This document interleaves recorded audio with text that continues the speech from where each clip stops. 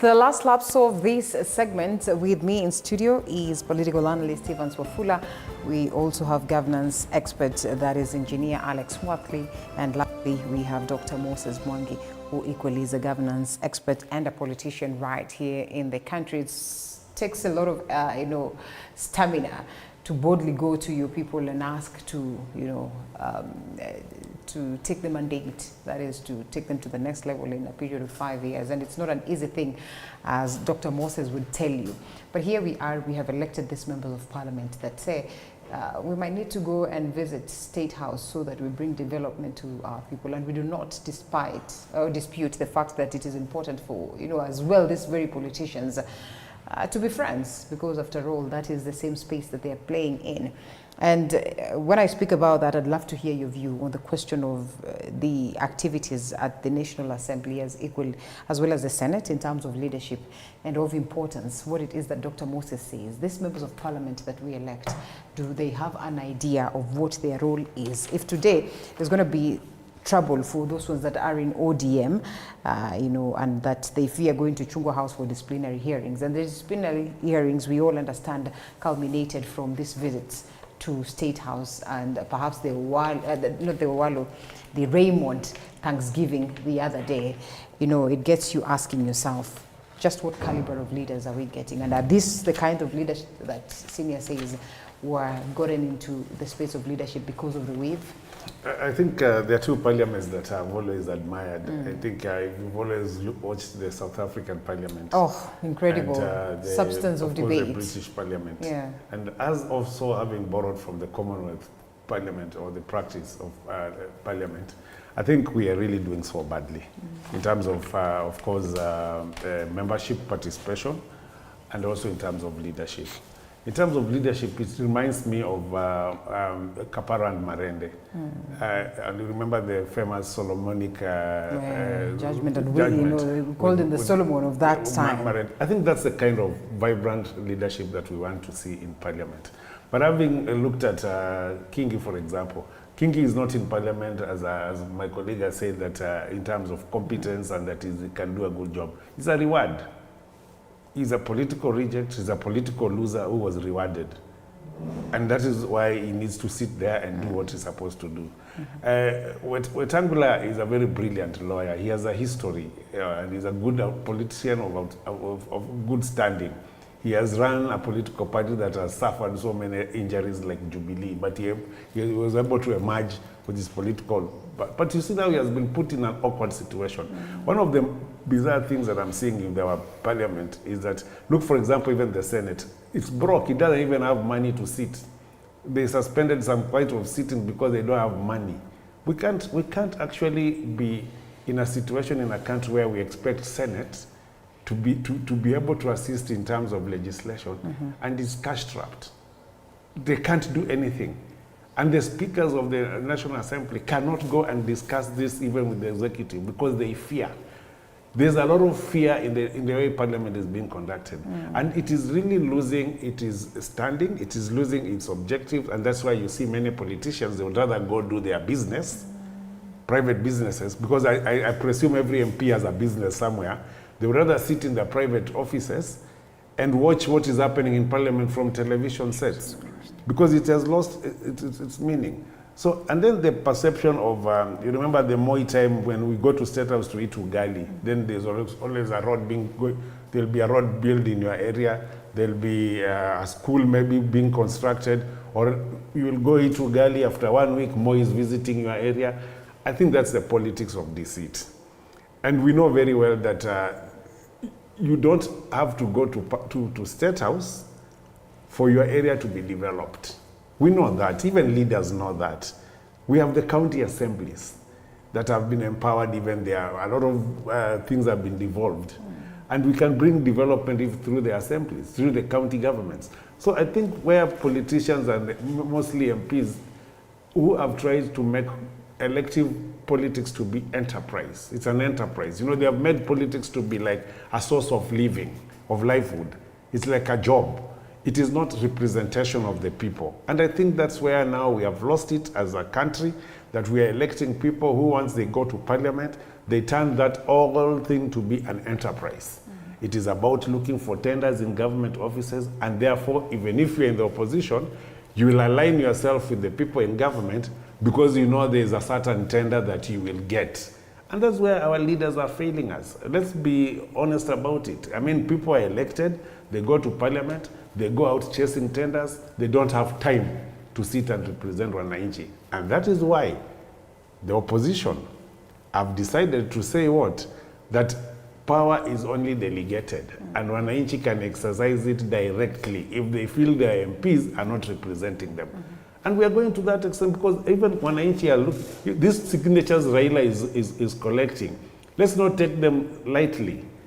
They are going to either legitimize their members of parliament, by extension the government, because Wananchi are looking at, we have elected you to go to parliament, you have never brought any motion in parliament.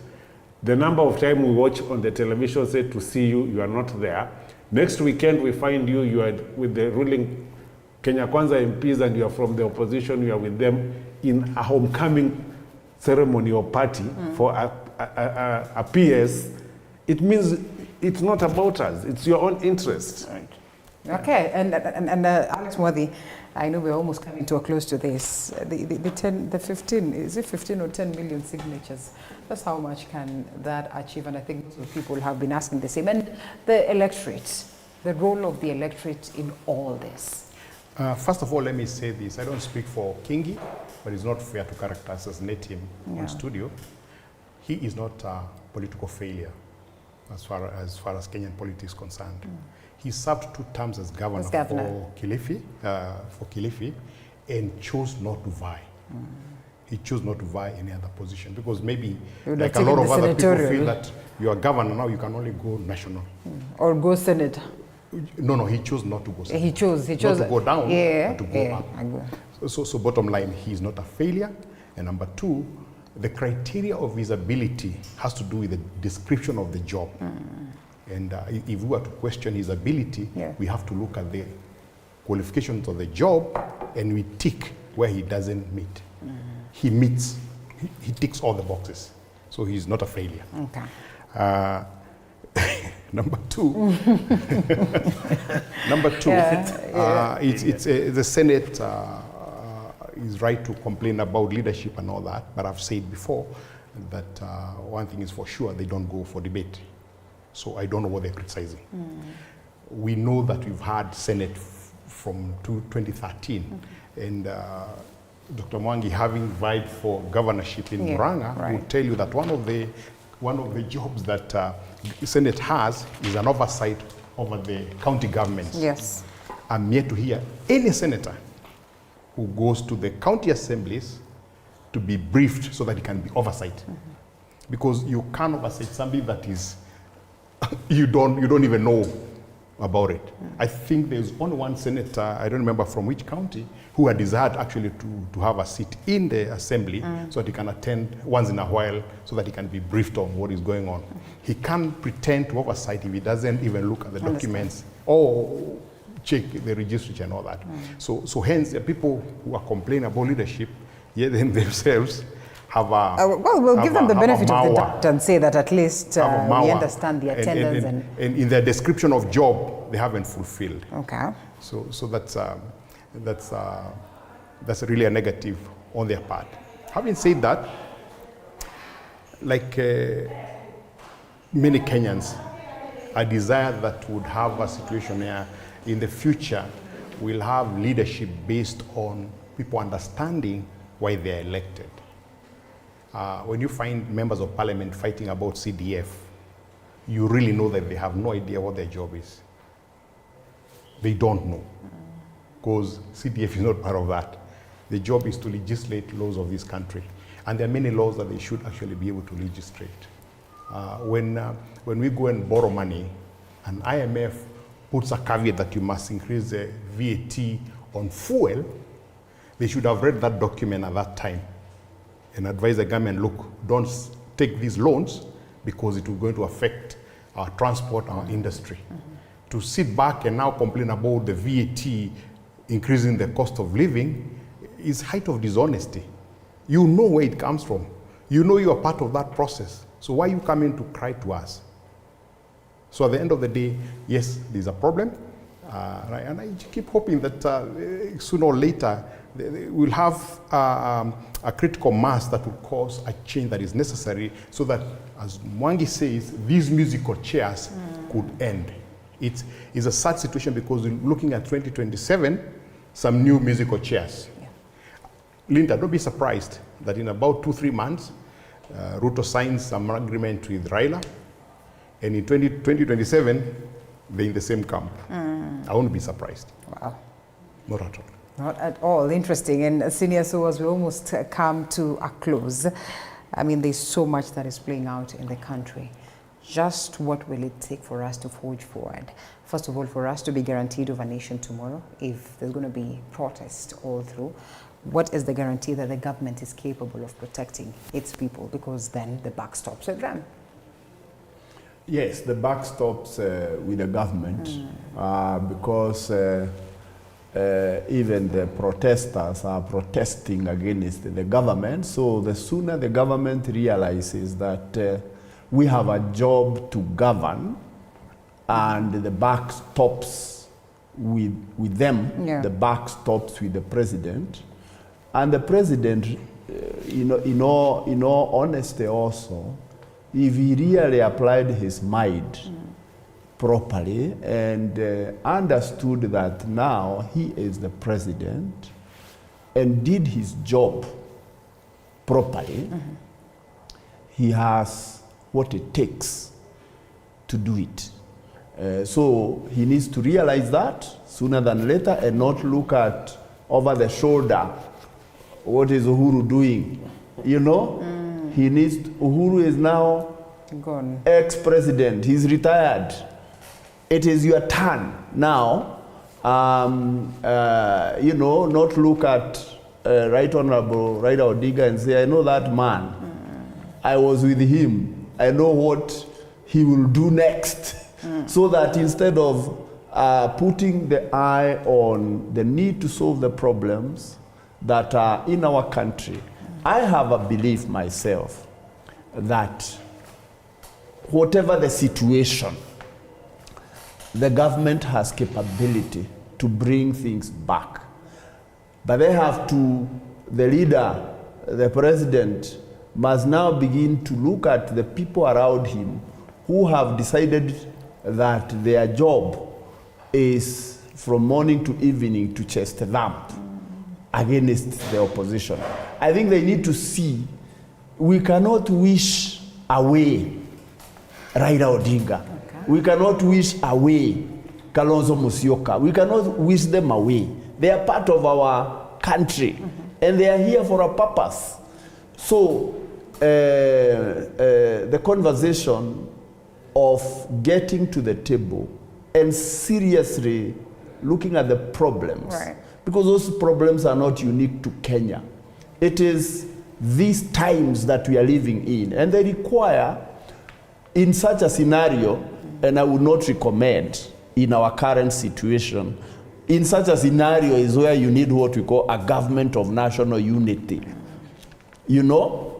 But you can have a government that is addressing national unity in the midst of a credible opposition.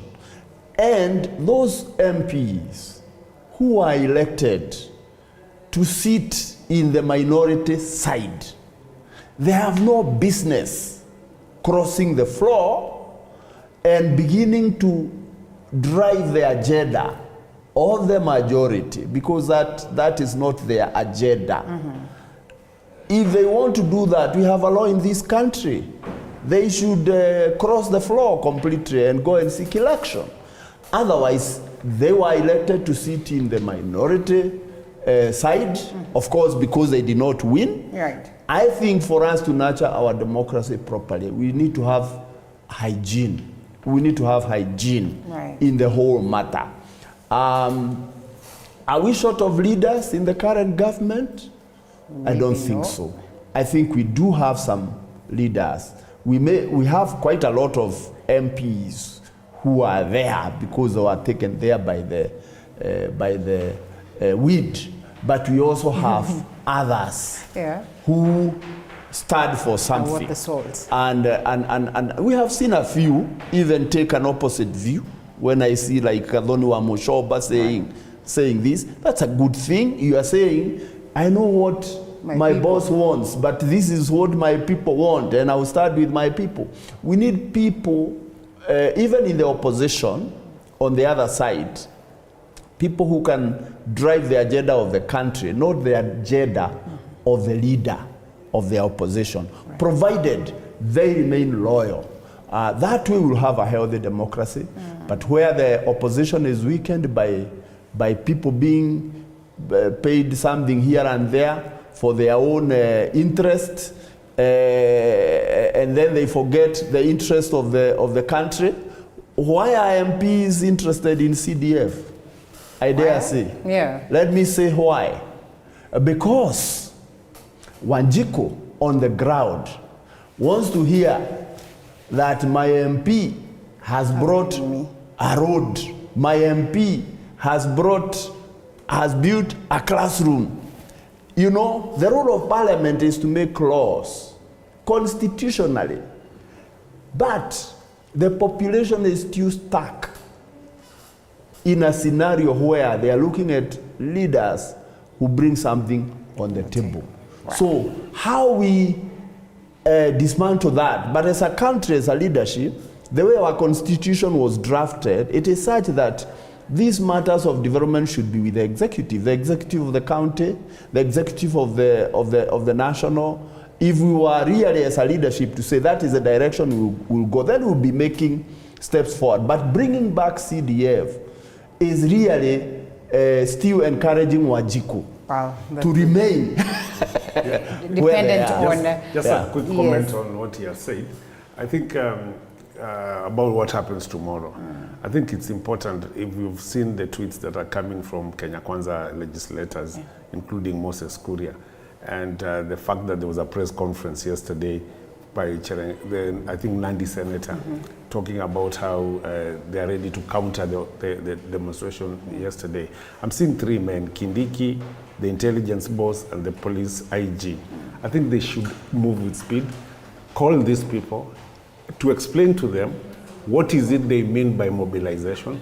For them to go out and say that our police is overstretched, incapacitated, it is dangerous. I think the government should need to take this protest tomorrow seriously.